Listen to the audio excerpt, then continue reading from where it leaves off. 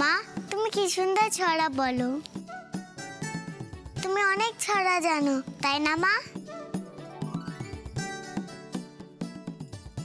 হ্যাঁ রে জানেমান, আয় আমার কাছে আয়।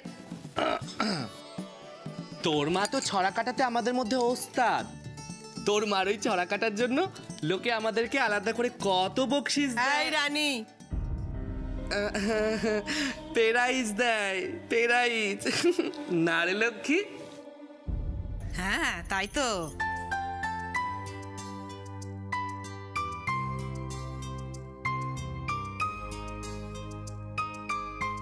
তুমি অনেক লেখাপড়া জানো, তাই না মা?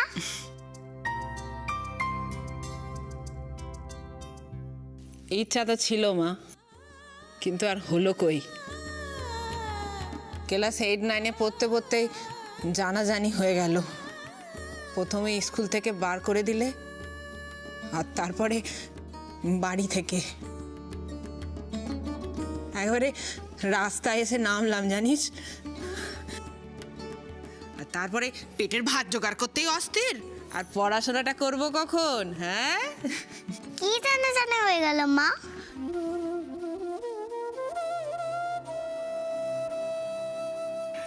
আমি বলছি, সবাই জেনে গেল তোর মা সবার থেকে আলাদা, একেবারে স্পেশাল। তাই তো হিংসা করে তাড়িয়ে দিল। মাকে যারা তাড়িয়ে দিয়েছে তারা খুব দুষ্ট না পাত্তি মাসি? হ্যাঁ রে, ফির কি জানি, ওরা আমাদের মতো মানুষদের মনের দুঃখ বোঝে না। তবে পড়াশোনাটা তো রক্তে আছে রে লক্ষ্মী। থাকবে না? ওর বাপ তো স্কুল মাস্টার ছিল, এই তাই বলেছিলি না রে লক্ষ্মী?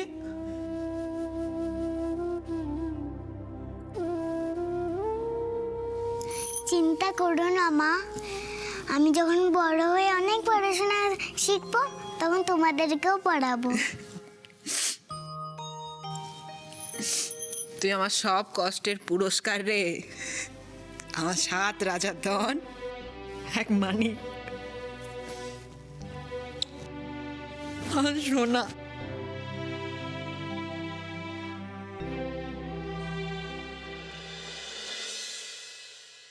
একবার ছেলের দিকে ভালো করে তাকিয়ে দেখো, খাবার টেবিলেও শান্ত হয়ে বসতে পারে না। এত দুরন্ত, কোনো কিছুই মনোসংযোগ দিয়ে করতে পারে না। টিচার্সরা বলেছেন ওর দিকে আরো ভালো করে নজর দিতে হবে। ওইটুকু তো একটা ছেলে, আর কত পড়াশোনায় মন দেবে? এমনিতেই টিচারদের চাপে ছেলেটা দিন দিন শুকিয়ে যাচ্ছে। আর বুঝলি তো বড় খোকা, আমি যা দেখলাম স্কুলটাই বাজে। আমি তো দেখি ওই বাবা মাগুলো যেগুলো আসে সব ওই লোয়ার ক্লাস, আর যেখানে ওই ওদের বাচ্চারা পড়ে সেখানে কি আমার দাদু ভাই পড়তে পারে বল? কি বলছেন মা? ওটা খুব ভালো স্কুল। এন্ট্রান্সে ভালো রেজাল্ট না করলে ওই স্কুলে চান্স পাওয়া যায় না। ভালো রেজাল্ট অনেকেই করতে পারে বৌদি, কিন্তু ভালো পরিবার থেকে আর কজন আসে, সেটাও তো বড় ব্যাপার, তাই না? বড় বৌদি কিন্তু ঠিকই বলেছে জানো তো, ওই স্কুল থেকে সবাই হায়ার সেকেন্ডারিতে র্যাঙ্ক করে। এমনি থেকে ওই স্কুলে চান্স পাওয়া অত সহজ ব্যাপার না। নেহার দাদার সুপারিশ ছিল বলে বিদিশা, বড়দের কথার মাঝখানে কথা বলছো যে? এই বাড়ির কালচার সম্পর্কে সবটাই ভুলে গেছো নাকি? সরি দাদা। মা খালি আমাকেই বাজে বলে, এই পেতনিটাকে ভালো। আরে এরকম করে না বাবু, হ্যাঁ? তোমার ছোট বোন হয় না, এমন করে না। এখন তুই বল বড় খোকা, তোর কি মত সেটা তুই বল। ঠিকই বলছো মা, আমাদের বাড়ির ছেলে মেয়েদের সবার সঙ্গে উঠা বসা করাটা মানায় না। পেডিগ্রি বলে একটা বিষয় আছে, সেটা অবশ্য সবাই বোঝেও না।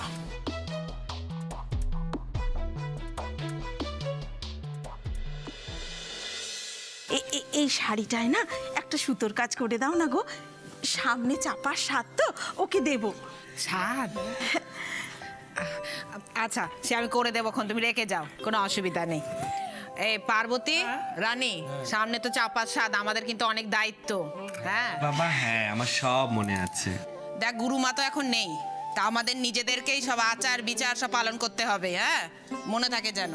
চিন্তা করেছি না তুই, সব হবে।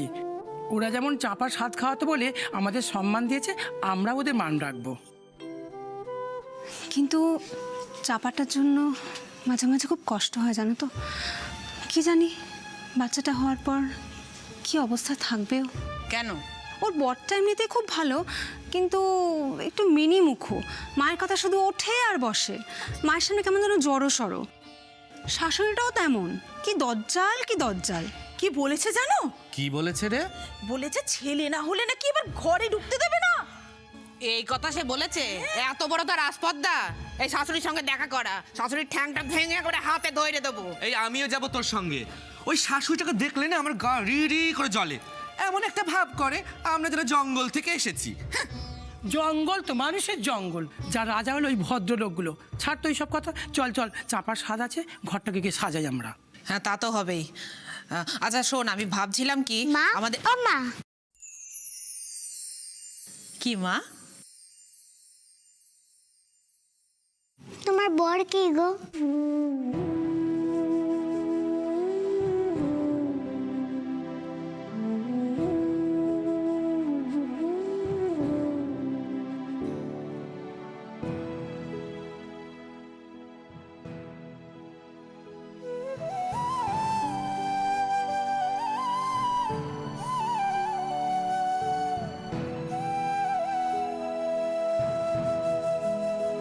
মহাদেব।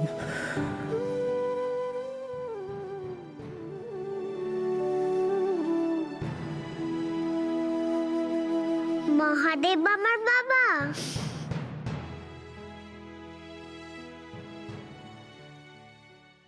বড় খোকা, বলি নীলাদ্রি তোর একটা মোটে ছেলে, তার প্রতি তো তোর একটা আলাদা রকমের দায়িত্ব আছে। আমি বলি কি, দাদু ভাইকে তুই ওই বাজে স্কুলটা থেকে ছাড়িয়ে দে।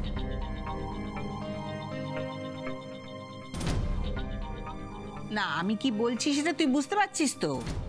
আমি বলছি যে মধু যা, ও ওখানে পড়ছে, পড়ুক গে। দাদু ভাইয়ের জন্য তো আরো ভালো স্কুল দরকার। সত্যি কথা বলি মা, ভাস্কর সিনহা রয়ের ছেলের পড়ার যোগ্য মতন স্কুল এ শহরে আর একটাও নেই। কিন্তু কি করব বলো, বিদেশে যে পাঠাবো, তুমি তো তোমার নাতিকে কাজ ছাড়া করবে না। না না না, তা তো আমি করবই না। তার চেয়ে একটা কথা বলিস, তুই দাদু ভাইয়ের জন্য একটা স্কুল খুলে দে, বুঝলি? ও এখানেই পড়বে, তাহলে ওই টিচারদের নালিশ টালিশের ঝক্কি ঝামেলা আর থাকে না।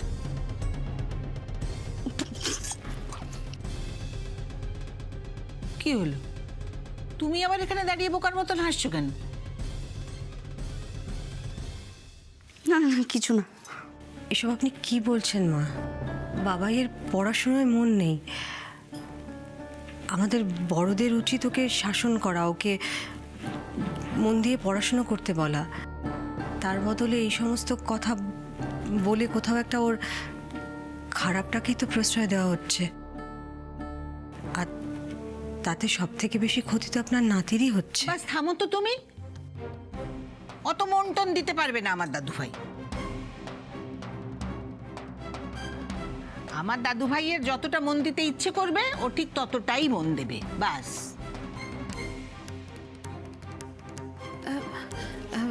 নীলু বাবা, মধুমা, তোমাদের তো খাওয়া হয়ে গেছে, চলো এবার আমরা ঘরে যাই। চলো, এসো এসো না বাবা, এসো, এদিক দিয়ে এসো, এসো, চলো।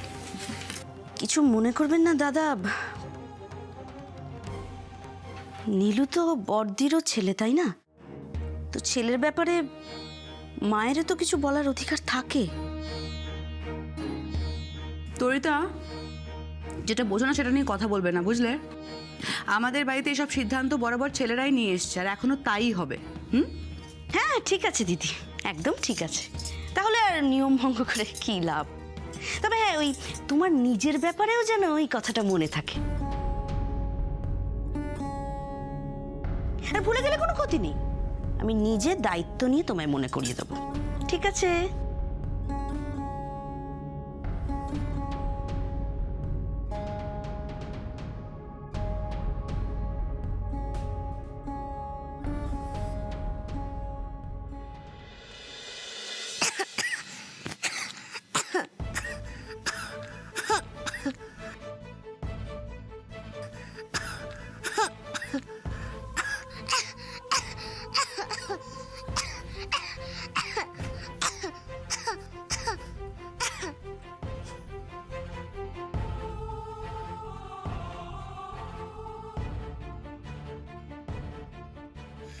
আজকাল আর আমার কিছুই মনে থাকে না। এই কাশির ওষুধ যাতে শেষ হয়ে গেছে সেটা যে এনে রাখতে হবে। আমার মেয়েটা যে ঠান্ডা লেগেছে, এই রাতের বেলা এখন ওষুধ পাই কোথায়?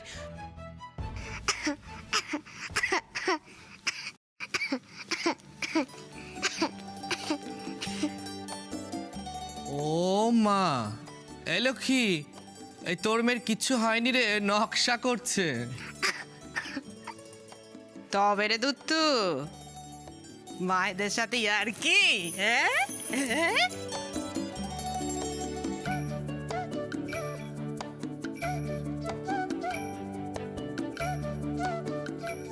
দাঁড়া, ফির কি ভালো হচ্ছে না কিন্তু।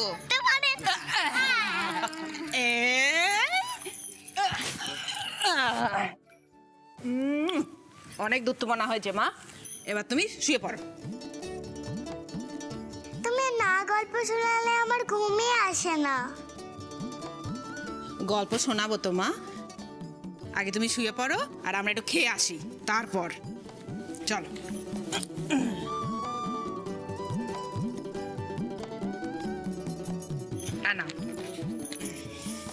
না চল চল, অনেক রাত হয়েছে, এবার খেয়ে নিবি, চল। হ্যাঁ রে চল, বহুত খিদে পেয়েছে। চল তো আগে।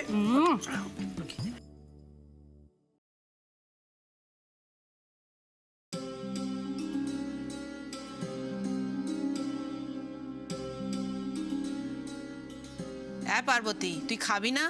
বসে রইলি যে। না রে, তোরা খেয়ে নে, আমার খিদে নেই। আরে পার্বতী, খাবার তো নষ্ট হবে, আমাদের তো ফ্রিজ নেই। কেন? আমি মিতা খেতে বারণ করেছিলাম যে আমি খাবো না, আমার জন্য খাবার না করতে। তুই সত্যি বলছিস তোর খিদে নেই? খিদে আবার নেই, মিথ্যে বলছে রে ও।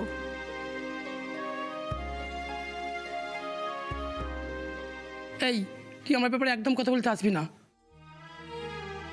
বেশ করবো বলবো। এই জানিস, না খেয়ে পয়সা বাঁচাচ্ছে ও। মা, আমি আপনাকে অসন্তুষ্ট করতে চাইনি, আমি শুধু বলতে চেয়েছিলাম যে থাক, তোমাকে আর সাফাই দিতে হবে না। হ্যাঁ রে বড় খোকা, তা দাদু ভাইয়ের জন্য নতুন স্কুল খুলে দিতে বলে আমি কি কিছু ভুল বলেছি নাকি রে? আরে না না, ভুল হবে কেন? আচ্ছা, দেখছি আমি কি করা যায়। হ্যাঁ হ্যাঁ, তুই দেখ। আর একটা নতুন স্কুল খুলে দেওয়া তোর যা ক্ষমতা, তো হাতের নস্যি তোর। কি ব্যাপার মাসিমা, কি নিয়ে এত সিরিয়াসলি আলোচনা চলছে?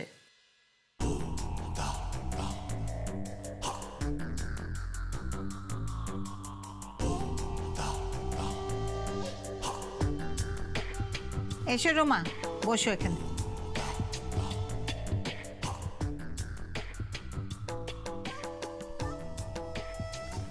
এলেন মহারানী। কি নিয়ে এত সিরিয়াসলি আলোচনা চলছিল বললেন না তো? আরে আর বলো না, এই বড় বৌমা এমন একটা স্কুলে ভর্তি করেছে আমার দাদু ভাইকে, জঘন্য বাজে একটা স্কুল। আরে ওই রকম স্কুলে আমার দাদু ভাইকে পাঠানো যায় নাকি? দেখো না, একটা ভালো স্কুলও আমি ঠিক খুঁজে পাচ্ছি না যেখানে ওকে পাঠানো যায়। আপনারা পারেনও বটে, কাকে দিয়েছেন রাজার পাট। দেখুন, ও আমার কাজিন হতে পারে, কিন্তু তাই বলে ও যেটাই বলবে সেটাই মেনে নিতে হবে, ওর অন্যায়কে সাপোর্ট করতে হবে, সেটা আমি পারবো না। আর তাছাড়া স্কুল, কলেজ, এডুকেশন, কেরিয়ার এসবের অতটুকুই বা বোঝে দিদি ভাই? ওর তো সারাটা জীবন শুধু ঘর সংসার নিয়ে কেটে গেল, তাই না? তা যা বলেছ মা, কাক কি করে জানবে বলো পেখম কি জিনিস? আচ্ছা রোমা, তুমি তো বড় খোকার সঙ্গে অনেক বড় বড় জায়গায় মিটিংয়ে মিছিলে সব যাও, তা ওই নেতা মন্ত্রী কাউকে একটা ধরে আমার দাদু ভাইয়ের জন্য একটা ভালো স্কুলের ব্যবস্থা করো না। মা, যে কোনো স্কুলে ভর্তি হতে গেলে একটা অ্যাডমিশন টেস্ট দিতে হয়, বাবাইকে তো তার জন্য পড়াশোনাটা করতে হবে মা। না, হবে না। আজকাল সোর্স থাকলে না অ্যাডমিশন টেস্টের কোনো প্রয়োজনই পড়ে না, অটোমেটিকই হয়ে যায়। যেটা জানিস না সেটা নিয়ে তুই প্লিজ কথা বলিস না দিদি ভাই, ওটা আমার উপরে তুই ছেড়ে দে, leave it on me. Parvati, সত্যি করে বল না বোন, কি হয়েছে? আমি তো খবর পেলাম তুই দুপুরবেলা ফিরে আবার বেড়েছিলি। কি নিতে এসেছিলি বাড়িতে? দেখেছিস? দেখ মুখে কেমন কুলু পেটে রয়েছে। তুই চুপ কর তো। এই পার্বতী, সত্যি করে বল না বোন, কি হয়েছে? না রে, বাপটা শরীর খুব খারাপ, বাঁচবে কিনা কে জানে।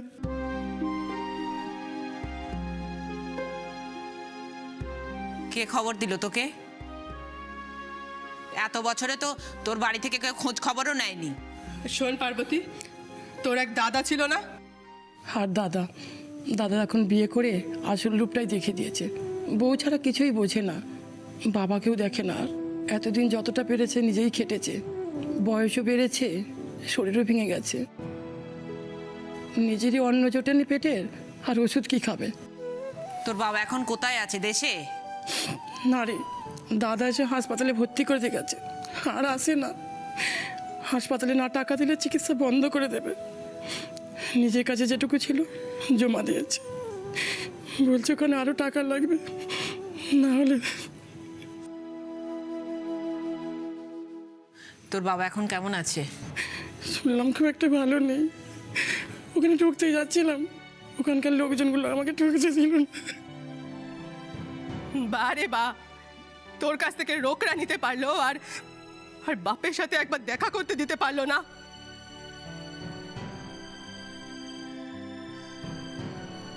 আমাদের বিচার করার অধিকার ওদের কে দিয়েছে রে? এসব শিক্ষিত ভদ্রলোকেরা তো শুধু আমাদের নিয়ে মজা করতে পারে। শোন, আমি যাবো কাল তোর সাথে। আমি দেখবো কেমন করে তারা তোকে ঢুকতে না দেয়, দেখা করতে দেবেন না।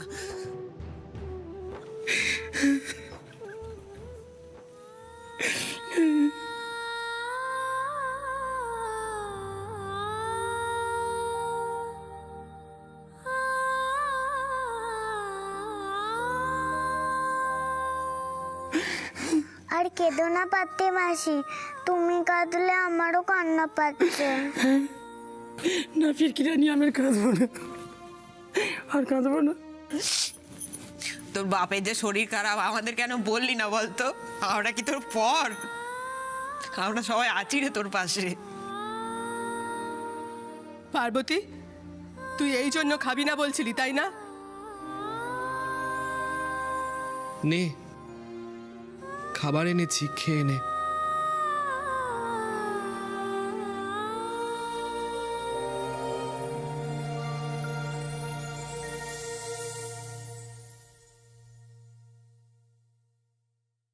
হ্যাঁ পার্বতী, তুই চিন্তা করিস না রে, আমরা সবাই মিলে না তোর বাবার চিকিৎসা করব। যার কাছে যত টাকা আছে না, সব দিয়ে তোর বাবার চিকিৎসা করাবো। এনে খা, হা কর।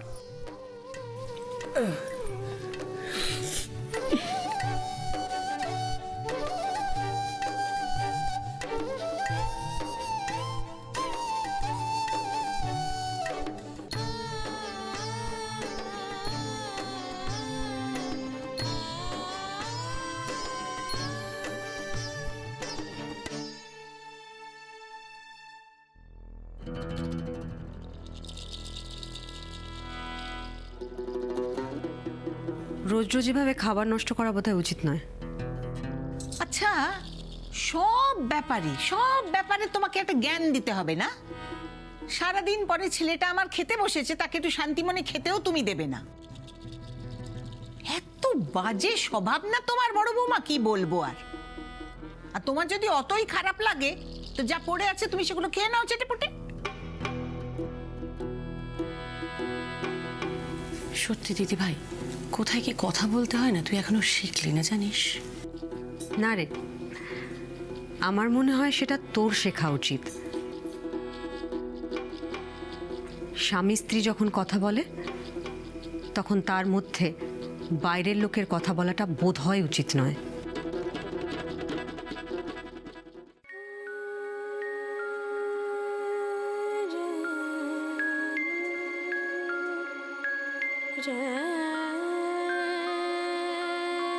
বাইরের লোকের কাছেও কত কথা শুনছে, কত কিছু দেখছে। যতই হোক, আমার মেয়েটা তো বড় হচ্ছে। তোমার বর কি গো?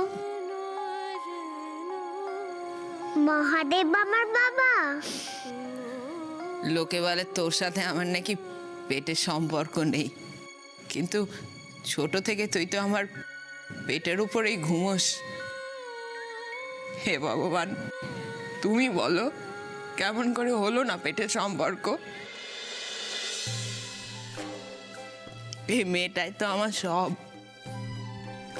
তুমি দেখো ভগবান, আমাদের সমাজের কঠিন নিয়ম যেন আমাদের মাঝে আর না আসে। আমি কথা দিচ্ছি, এই দুনিয়ার সব সুখ আমি ওকে এনে দেব। আমি নিজে না খেয়ে ওকে খাওয়াবো, কিন্তু ওর মা হিজড়ে বলে ও যেন ওর মাকে কখনো অস্বীকার না করে, তাহলে আমি আর বাঁচবো না।